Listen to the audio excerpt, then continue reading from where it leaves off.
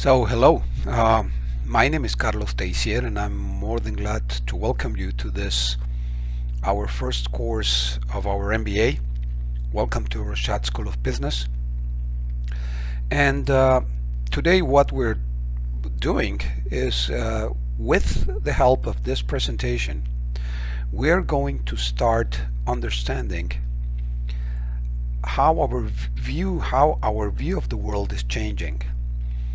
Let me be a little bit more precise. Usually, we have a tendency to believe that whatever happens in another part of the world has nothing to do with what is going on in my own environment. Sometimes we believe that maybe an armed conflict in the Middle East has nothing to do with my day-to-day business or my going to the office every day. But we are wrong with that way of thinking. We have to understand how everything interacts today. And I'm not referring myself only to different parts of the world, but I'm also referring to different elements, different topics, different themes. And as hard as it can look like, this is at the time very exciting because we're living in times with very different perspectives. So let me start by saying that this is the world we have to make business in. This is the world that is our environment for business, and we better understand how everything is going on, what's happening, and how things are related. The first question is, are we ready for this? Are we really ready? How can we make business in a world with changing rules, with different players, where most part of the actors are bankrupt and where paradigms are being broken every single second? Well, actually, this year and last year have been maybe the 2 years that involve more changes, especially when we talk about global business. So today, what I'm trying to do is I'm trying to open our minds. I'm trying to convince you that things are very different, and for that purpose, let me start by sharing with you about what is called the Millennium Project. The Millennium Project is it's a group of scientists of very different areas, and they get together once every 2 years. They get together, and in this group they discuss the different things that are going on around the world. They make their report on very single topics, all the way from economics to global environment to safety to whatever you mention, and then they make this report, and they call this report the state of the world. So this that you're seeing in your screen right now is the first paragraph of the executive summary of the 2016 Millennium Project report. And take a look at what it says. In general terms, it's something like humanity getting better, people across the planet gets healthier, richer, better educated, more peaceful, more interconnected, and we live longer. The children mortality rate has been reduced. Extreme poverty has also been reduced. The rate of for elementary education completion, it's better now than ever else in our history. That we had only one trans-border war in 2013, and so on. Looks like everything that we are reading gives us a picture of a world where everything is great, everything looks good. But now let me take you to the second paragraph of that same executive summary. And the second paragraph says, however, freshwater levels are declining, is that both of them are true, and both of them share in time and space our reality every single day. So the Millennium Project also mentions this after looking at the most important indicators of progress. We are doing some very good things. Like when we talk about education, we talk about energy, it looks better. But those points where we're losing are more important than the points or those elements where we are gaining. So the message is very simple. We really don't understand our world, and we don't understand about urgencies and priorities. So something has to be changed. The question is, who's going to change it? And I guess the big question is then, are you driving change, or are you being driven by it? Hopefully we are the ones driving change, and we're not the ones that change is actually driving us.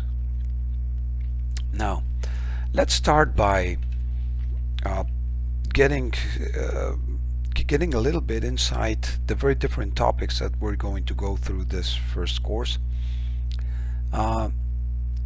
First of all, let's talk a little bit about economy. So a big question: where's the money? Where's the money? Where's the money staying? Who has the money? So take for example the top 20 economies of the world. According to the IMF, according to the International Monetary Fund, which ones are the 20 biggest economies in the world? And this is very simple. All you have to do is go to the information of the IMF and they will tell you which ones are the biggest economies of the world. And here they are. So this information is actually the latest that we have. This information belongs to the end of the 2017. We're still waiting for the new information on 2018 to come up. However, it's going to take still a couple of months more. But now these numbers are real. They're accurate numbers. So we can take a look at the list. The list says, number one, the United States with a little bit more than 19 trillion US dollars in a year. Okay, so 19 trillion US dollars. And second place is China with 12 trillion US dollars in a year. Okay, now if you take a look at the rest of the world, Japan, Germany, United Kingdom, India, France, Brazil, Italy, Canada, South Korea, Russia, Australia, Spain, Mexico, the rest of the world really has no competition when you talk about the big numbers of the United States and the big numbers of China. But even in this case, the difference between the United States and China is around $7 trillion. In the basis of China's economy, that's a little bit more than double. So if you take a look, the United States 19 trillion, China 12 trillion. So there's no doubt. Where's the money? The money's in the US. Really? I'm just going to put some things on the table so that you can think about them. Just think about them. Let me warn you, I'm not an economist. I do have a lot of friends who are economists, and they always, when I ask them these questions, that they always come back to me and say, why do you ask those questions? It looks like they don't feel comfortable when they cannot really explain what's going on. So we said there's no doubt the United States is number one with 19 trillion, China second with 12 trillion. The difference is huge. Now, have we ever considered the debt? Let me give an example. Just imagine that you live in a house and you have a neighbor to your right and you have a neighbor to your left. The neighbor to your right has a big mansion, huge mansion. The neighbor to your right has this mansion has big gardens, a big swimming pool. It has the parking lot for cars has room for 10 cars, and all the cars are brand new, very expensive cars.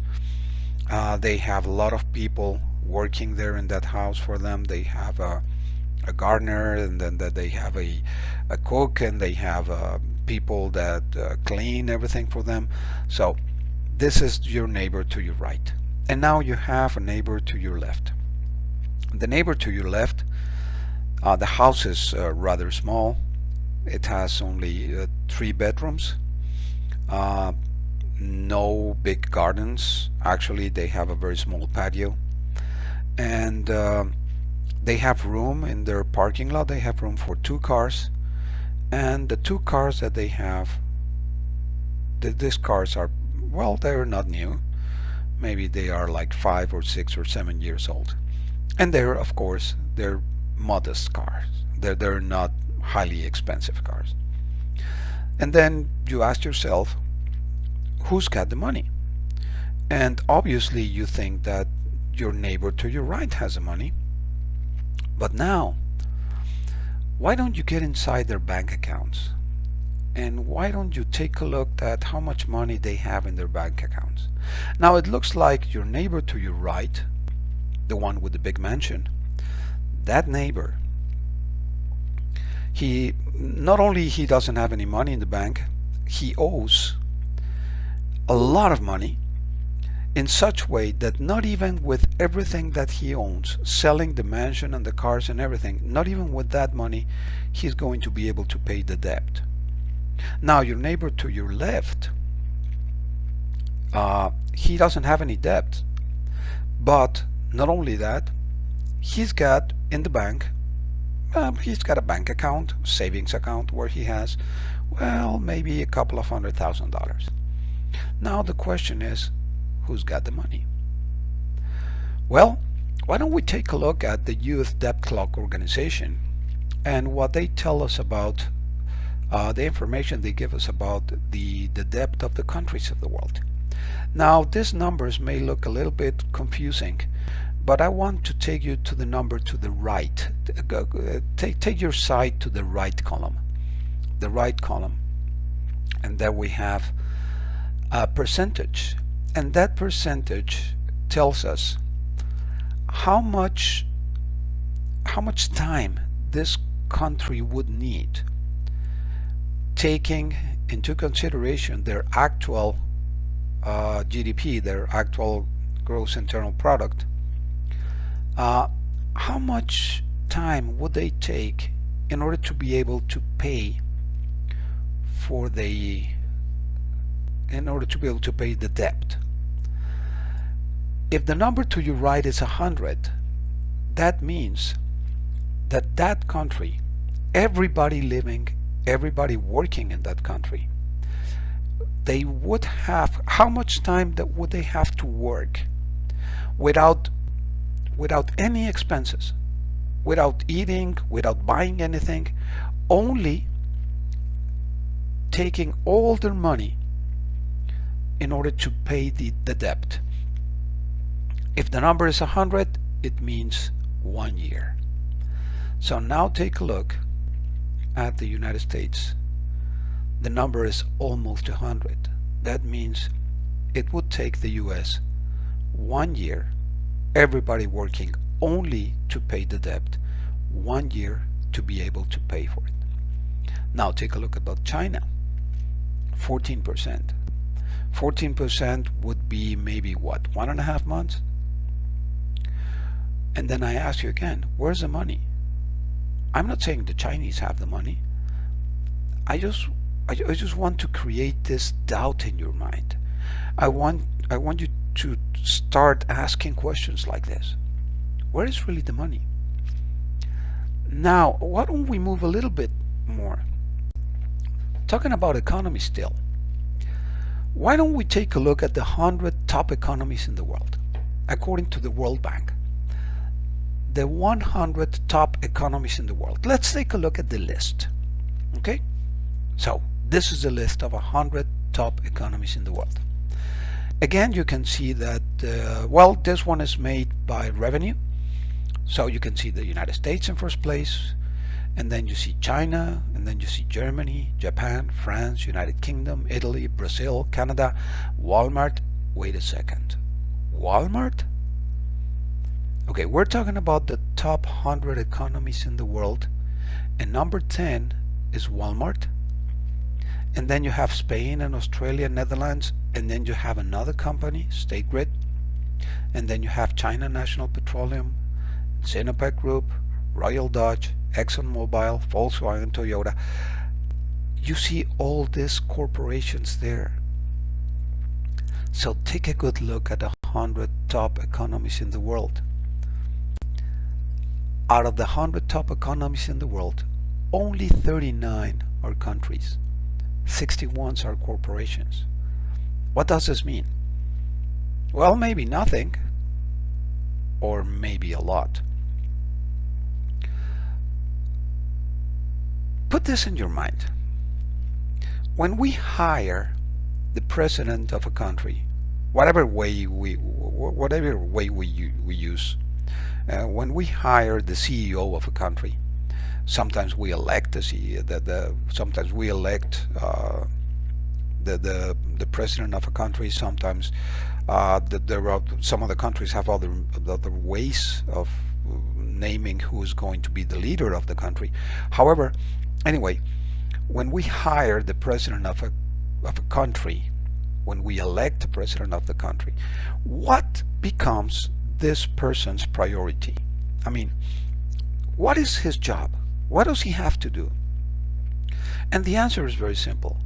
Whatever he does, he has to do it having in mind the wealth and the well-being of the citizens of that country. So that is his job. We are going to measure his results by what will did he bring to the citizens of that country, right? Now, when we hire the CEO of a big corporation, what is his job? What is his task? How are we going to measure his success or failure? His job, whether we like it or not, simple, is to make more money. Now, what is the message here? Is there anything different when you see that most of the money in the world today are in the hands of the corporations and not in the hands of the countries? And these corporations, instead of having in their minds the well-being of the people, they have in their minds making more money, which is completely normal. I mean, that's why a corporation is created. So think about these ideas. And now we have some corporations, yes, I have to agree with you, we have some corporations that they really take care about their people. Actually, we have very good examples about corporations that really take care about their people.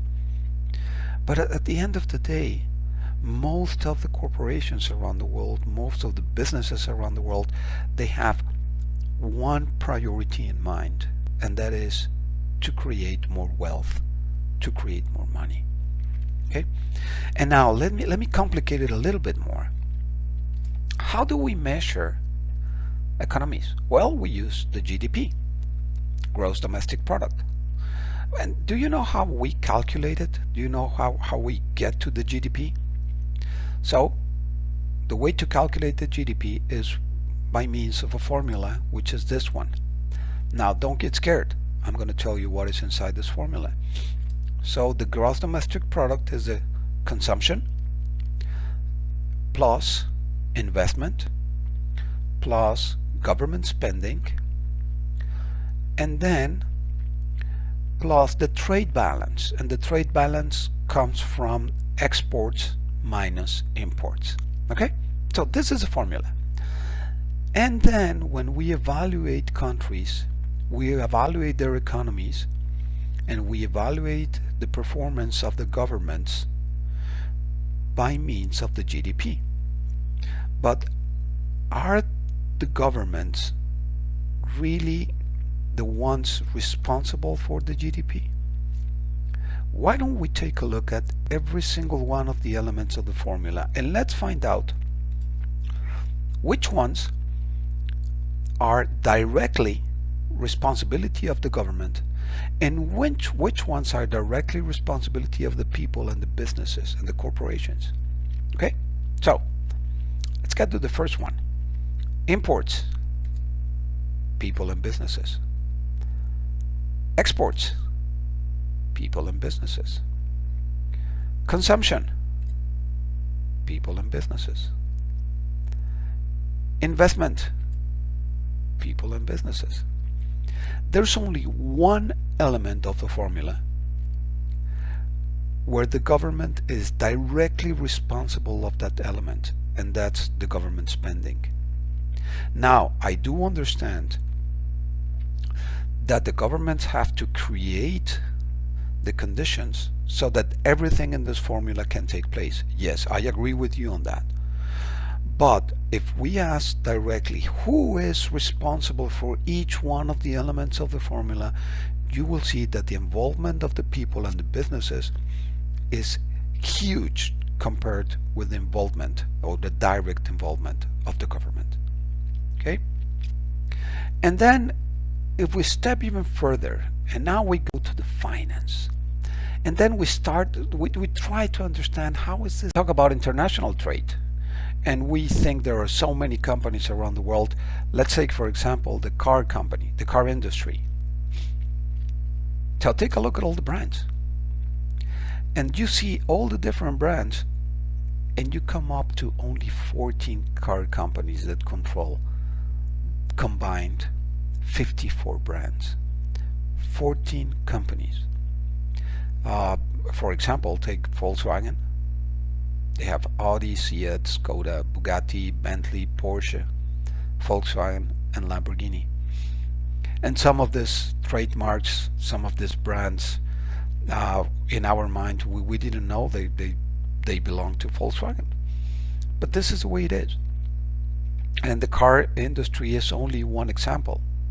So when you talk about international trade, you have to have in your mind that trade is being made by companies, not governments. Governments sign trade agreements, but really trade is being made by companies, by corporations, not by governments.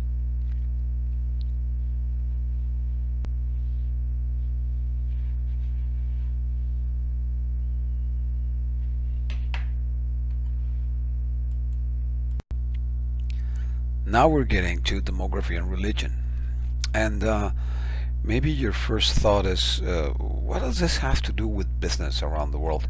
Well, let me tell you a lot, actually a lot. As we know, demography has played a very important role in the way that the world is being developed in the last decades. And here we're coming to an issue. First of all, yes, the world population is reaching, we are reaching our top, but however, some regions of the world are really decreasing their original population, while there are other regions in the world that are actually still increasing their population. So when you get to the total numbers, yes, we are growing still. We will still be growing for maybe some years. Some of the experts, they expect that we're going to reach somewhere around the 9 billion figure. But this is not the most important part or the central part of the issue. The issue is that while we are still growing in total numbers, as I mentioned before, the way this population is being distributed is very different. So you have almost every single country in Europe decreasing their original population. As we know, the actually the birth rate, the one that we have to keep in order for the culture to keep itself, is 2.1. Actually, it's 2.11. This means that with 2.11 children per woman, we will have a population from that culture that will not increase, not decrease, but will keep its numbers. Well, this 2.11 right now at this particular moment is not being reached by any of the European countries, considering their original population or their culture. Countries like Spain, they're not even reaching 1.3. France, Germany, Italy, you mentioned it. So what does this mean? While we could believe that, for example, taking Spain into consideration, well, the population in Spain is not really decreasing, but actually the Spanish couples or Spanish women are having less kids. So how come the population is not decreasing? It's because of immigration. Now, in total numbers, you may look at Spain right now and you may see Spain with the same number of people living in the country. However, the people living in Spain is a little bit different today than what they used to be before. In other words, the Spanish culture is little by little being changed into a new culture, and this means new forms of businesses. This means new consumption, the consumption tendencies by the people. This means completely different marketing strategies. This means completely different products, completely different preferences, and in the way you try to distribute your products or whatever you're selling into the country. So if we don't take this into consideration, we're going to be mistaken when we try to make business in other parts of the world. And then comes religion within. Religion, of course, for business, religion is very important because religion sets in many places the cultural tendencies of that population. And also ideologies are different, the way people work is different, the way people feel the difference between their religious life and their personal life and their professional life. For some cultures, this don't mix. I mean, you have one religious life and then you have another personal life or another professional life, and you don't mix them. I mean, you go to church, or you express your religion the way you want, but then you go into work, you go to the office, or you go to the manufacturing plant, and you live religion at home. And then when you go back home, you take religion again. But for some of the cultures, this is not the case. For some of the cultures, you never separate them. I mean, they're all part of you, and they're going to be part of you all the time. And that makes that working habits and professional habits are going to be very different. Well, just take a look at a map. For example, here we have Asia, some of the parts in Asia, and you will see how many different religions are. I mean, so how many religions are being practiced in the region, and all the implications that come with this. Just even when you're talking about the same religion, take a look at the different the different parts or the different elements inside the religion. Like in this case, we're mentioning, for example, the Muslim religion. You see that we have a different mixture of Sunnis and Shias in different parts of the Middle East, which of course affect not only the way we do business, but also affect the way we see the well, the potential problems in the region. And then we're going to make a leap, and we're going to go to cultural and generational diversity. Yes, cultural diversity is a major issue when you talk about making business around the world. We will see this. We will see this. Actually, we're going to have one unit to talk about cultural diversity, and then as part of the cultural diversity, we're going to consider also the generational diversity, the way the different generations work and the way they do things. It's not only about marketing strategies aimed at different generations. That's the easy part. The really complicated part, and we have seen it, some of my customers, some of my clients are big corporations, and they're seeing this every day. The relation, the working relation between, for example, the baby boomers and Generation X with the millennials, and this is happening. I mean, it's not that you can just decide not to include millennials in your manufacturing plant or not to include baby boomers in your office. Generations are actually working together, and this is generating some problems that have to be addressed and have to be dealt with. And then we're going to move also to ecology and environment. Environmental issues are affecting the way we do business.